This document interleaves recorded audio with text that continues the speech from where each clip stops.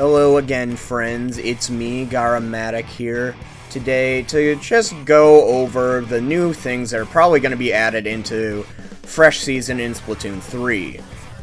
So I guess we might as well just get right into this. I don't really have much of a speech or script or anything prepared for this, so completely improv. Yay, that's why I sound so awkward all the time.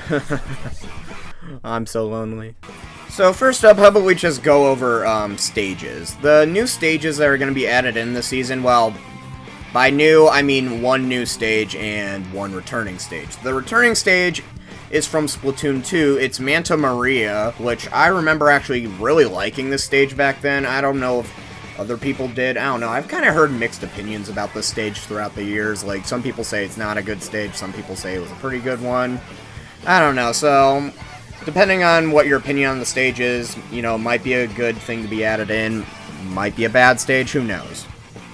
And the other stage is called Umani Ruins. I don't know how to pronounce that. I am so sorry.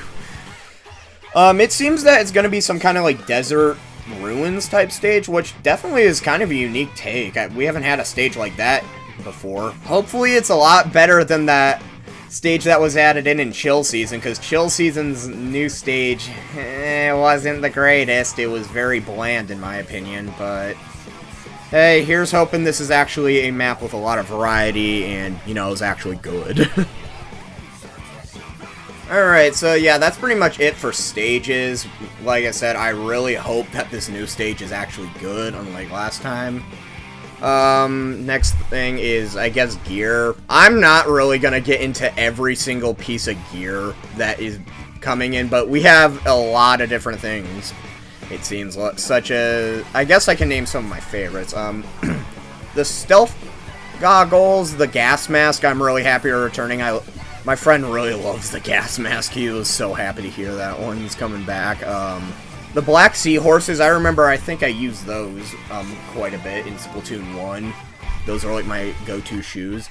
And some new, well, not really new, but old Grizzco gears coming back too, such as like the Juice Parka, the Dust Blocker 2000, aka Pandemic's best friend, and, you know, the Life Vest, stuff like that. Yeah, so decent amount of gear coming in, you know.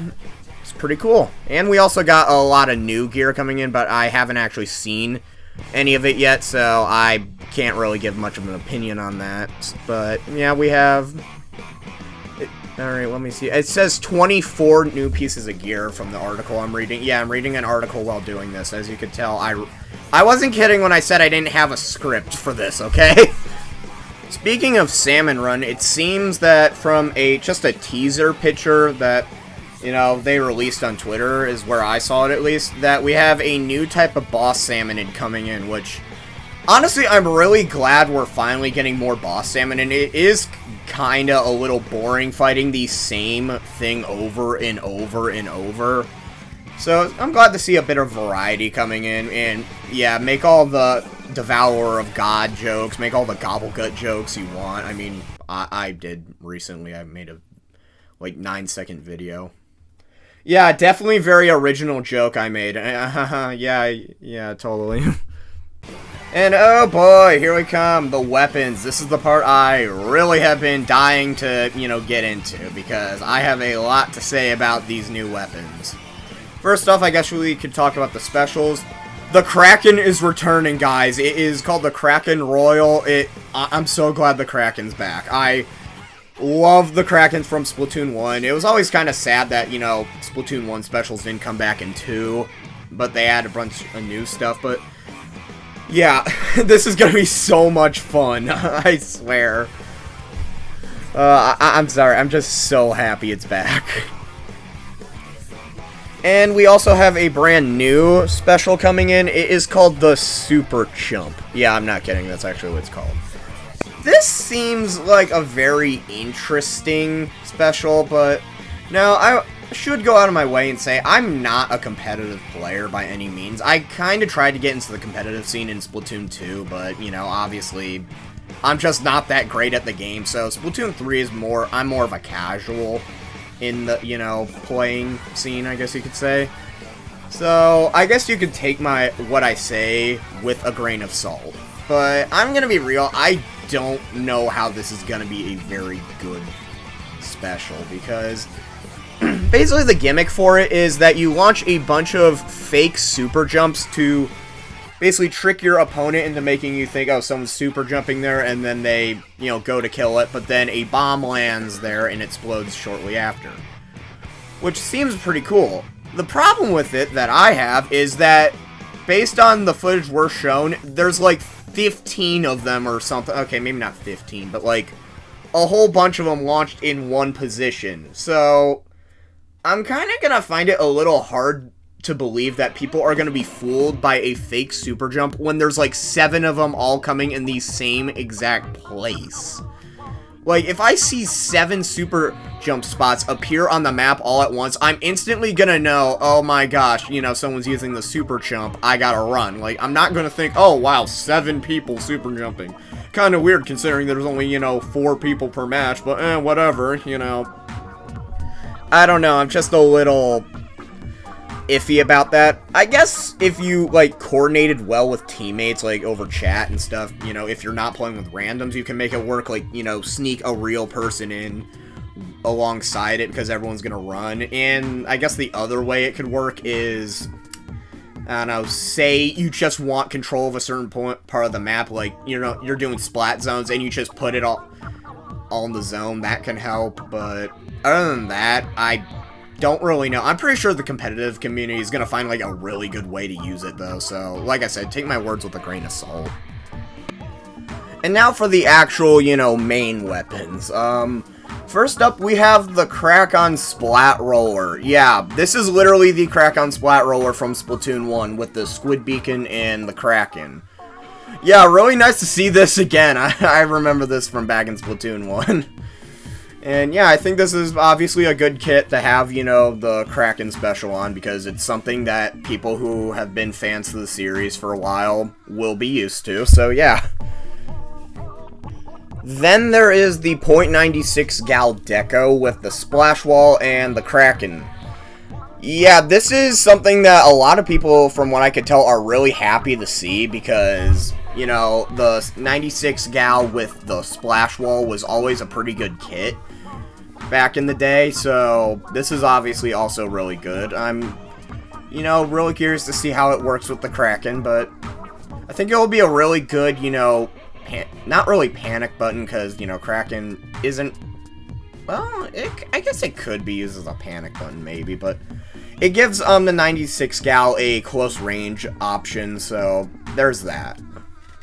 And then there is the NZAP 89 with the Auto Bomb and the Super Chump. This is kind of similar to how it was in Splatoon 2 with the Auto Bomb, the kit that had the Auto Bomb, and Super Chump just seems like a well-rounded kit to have, this new special on. So if you want to, try that out, this definitely seems like a good weapon to use for it. And what next? We have the Clash Blaster Neo with the Curling Bomb and Super Chump. Okay, I'm gonna be real with you. Like, I don't know why they had to make another Clash Blaster. Does anyone even like this weapon? I mean, it's just annoying to fight, if anything. Why couldn't this be like the one awkward weapon they just never acknowledged again? I'm just joking, but what I think it's going to be doing is with the Curling Bomb, you're going to throw it down, then, obviously swim right behind it, and then just pop up and attack enemies who aren't suspecting, but at the same time, it doesn't really have too good of a long range, option. The only thing it really has is Super Chump, but like I said, I'm still a bit iffy if that's going to be, very good or not, so I guess time will tell with that one. Then there's the Z and F Splat Charger and Splatter Scope. It has a Splash Wall and Triple Ink Strike. This is pretty much just the Kelp Charger from Splatoon 1. So, yeah, very similar. So, if you use that, then I guess this might be worth picking up. I don't really have much to say about it, but, some people are saying it's going to be really overpowered. Some people are saying it's meh. I don't know. We'll see. And then there's the L3 Nozzle Nose with a Burst Bomb Ultra Stamp. You know, Burst Bomb combo with the, you know, 3-round bursts. You know, that definitely could be a good combo. Ultra Stamp, good close range option. Seems like it'd be a decent kit. Rapid Blaster Deco with a Torpedo and Inkjet. I really don't have much to say about it. I can't really tell if that's good or not. It's very interesting to see a, you know, the Rapid Blaster with a Torpedo as its sub. But, I don't know, I guess time will also tell. And here is the one everybody has been complaining about on the internet for the past few days. The Neo Splash-O-Matic with the Suction Bomb and Triple Ink Strike. The main issue with this weapon is that last season, the chill season, they added in the Tenatech Splatter Shot, which is very similar to this thing, only difference being that it has a Splat Bomb instead of a Suction Bomb. So a lot of people really aren't happy with this because it's just super freaking similar to a weapon that already is kind of similar to it in general, so... And also due to the fact that the Splash-O-Matic has been at the top of the meta recently, it kind of, yeah, pissed a lot of people off. It also doesn't help that, you know, like the Tenatech, it has the Triple Ink Strike, which also has been kind of overpowered for the past few weeks, ever since it got buffed, so... I don't know, I think that this thing is gonna kind of also be at the top of the meta as well, which, you know... The meta right now is pretty unbalanced as is, and throwing another Splash-O-Matic that has a really good special and just very similar kit to an already really good weapon is probably going to throw things off even more. But hey, I don't know. I could be completely wrong. Like I said, I barely even know what I'm talking about here. Can I also be the first to mention that how many Triple Ink Strike kits are they going to make? Like, how many weapons does this make with having the Triple Ink Strike? Heck, how many weapons does this make having the freaking, you know, Suction Bomb? Like, I swear, so many weapons in this game have the Triple Ink Strike. And then you have, like, some other specials that are barely even on any kits. It's like, dang, it's like... Gee, I wonder what the developer's favorite is and what they're definitely not being biased towards. I'm just kidding, But seriously, it's like, really, how many is this now? Alright. And then we have the Soda Slosher. Actually, no, it's not the Soda Slosher. It's the Tri-Slosher Nouveau with the Fizzy Bomb and Tacticore. Seriously, such a missed opportunity to make this the Soda Slosher kit because everything about its kit is soda. Like, how did you miss that opportunity, Nintendo? What the heck? Whatever. This is definitely kind of a unique kit. Obviously, it's kind of has, you know, a support special, obviously, with the Tacticore, and then the Fizzy Bomb. Like, seriously, this thing should have just been called... They should have just made the Soda Slosher kit and had this be it. Like, come on, man. That was such a missed opportunity. And then there's Neo Splash-O-Matic with Squid Beacon and Killer Whale. 5.1. I almost said Killer Whale and then just ended it like that. Yeah, so kind of interesting to have a close-range weapon with a Squid Beacon, but then again, you know, Crack-On Splat Roller does the exact same thing with being close range, so it's not inherently bad things, just most of the time you see longer range weapons with Squid Beacons. And I think that's pretty much everything. Wait a minute. Oh my gosh. Oh my gosh! The custom Jet Squelcher! Oh my gosh, it's back! They finally brought the custom Jet Squelcher back! I've missed that Burst Bomb combo with the Jet Squelcher so much, but it's finally back. Toxic Mist.